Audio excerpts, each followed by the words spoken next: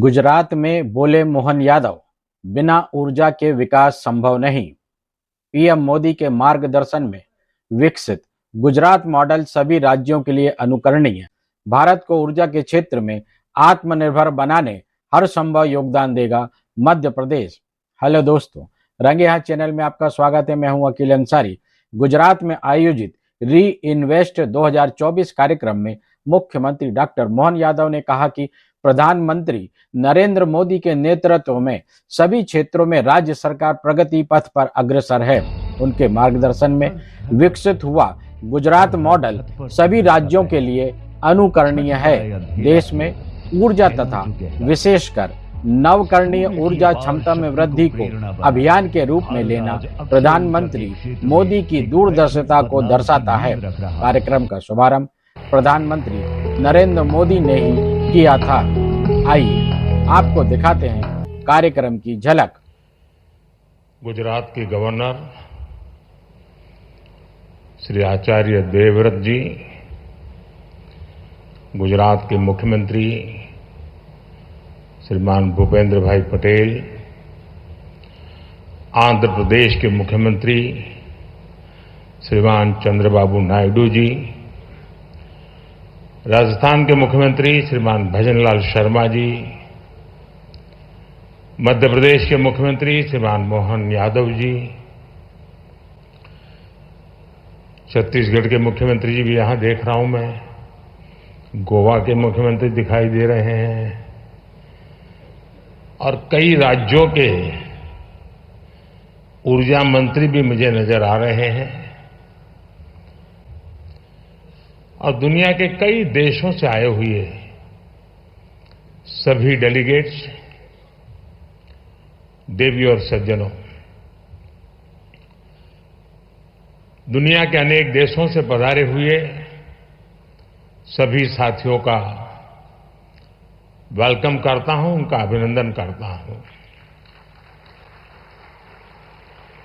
ये री invest conference का 4th एडिशन है। मुझे पूरा विश्वास है आने वाले 3 दिनों तक यहां एनर्जी के फ्यूचर, टेक्नोलॉजी और पॉलिसीज पर सीरियस डिस्कशन होगा। यहां हमारे सीनियर मोस्ट सारे चीफ मिनिस्टर्स भी हमारे बीच हैं। उनका अपना भी इस क्षेत्र में बहुत अनुभव है। इन चर्चाओं में हमें उनका भी मूल्यवान मार्गदर्शन मिलने वाला है। इस कॉन्फ्रेंस से हम जो एक दूसरे से सीखेंगे वो पूरी ह्यूमैनिटी की भलाई के काम आएगा। मेरी शुभकामनाएं आप सबके साथ हैं। मैं एक बार फिर आप सभी को भारत की ग्रीन ट्रांजिशन में इन्वेस्ट करने के लिए आमंत्रित करता हूं। सभी राज्यों की भागीदारी के लिए मैं सभी राज्य सरकारों का भी आभार व्यक्त करता हूं। जिन मुख्यमंत्री यहां पधारे हैं उनका भी मैं विशेष रूप से आभार व्यक्त करता हूं और मैं पूरे विश्वास से कहता हूं कि ये हमारी समिट, इस समिट में होने वाला संवाद ये हम सबको जोड़ेगा भी और हमें अपनी भावी पीढ़ी के उज्जवल भविष्य के लिए जोड़ेगा।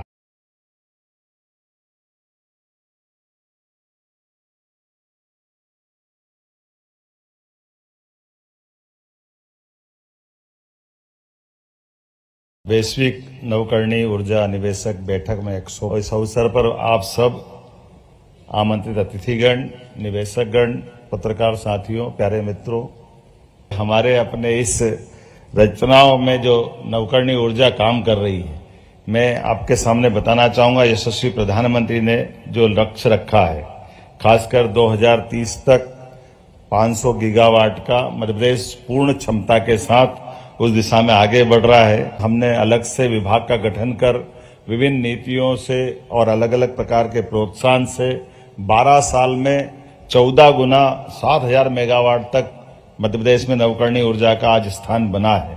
रीवा सौर परियोजना के अंतर्गत बड़े बड़े जो सौर ऊर्जा पार्क स्थापित किए हैं, इसने तो पहली बार देश में कोयला उत्पादित ऊर्जा से भी सस्ती सौर ऊर्जा उपस्थित की है, जिसके कारण से दिल्ली की मेट्रो को भी हमारे यहाँ से सौर ऊर्जा दी जा रही है।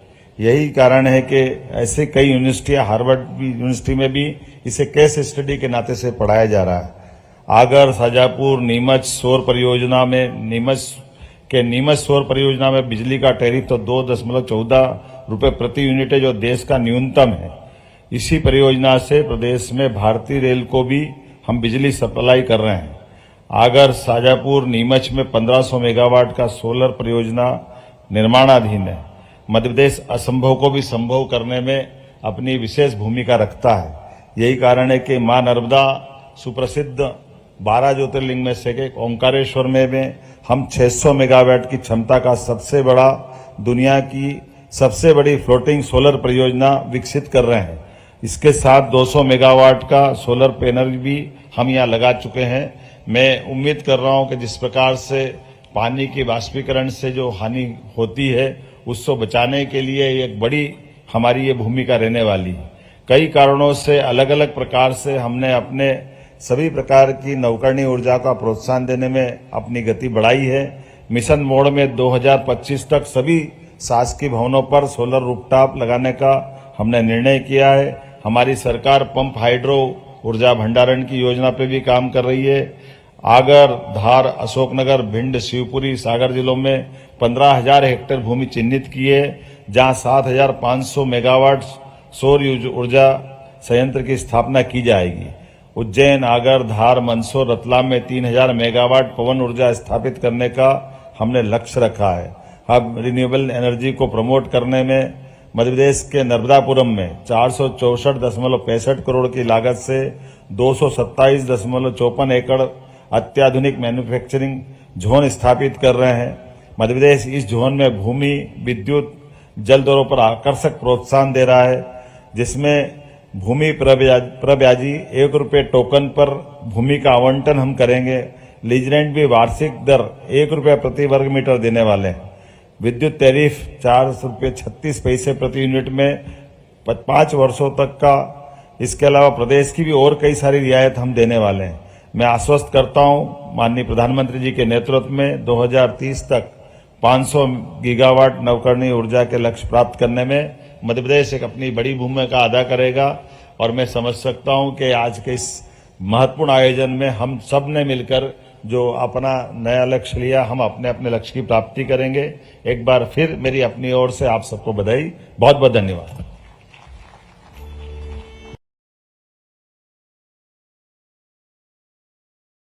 क्या कहेंगे आज के कार्यक्रम के लिए?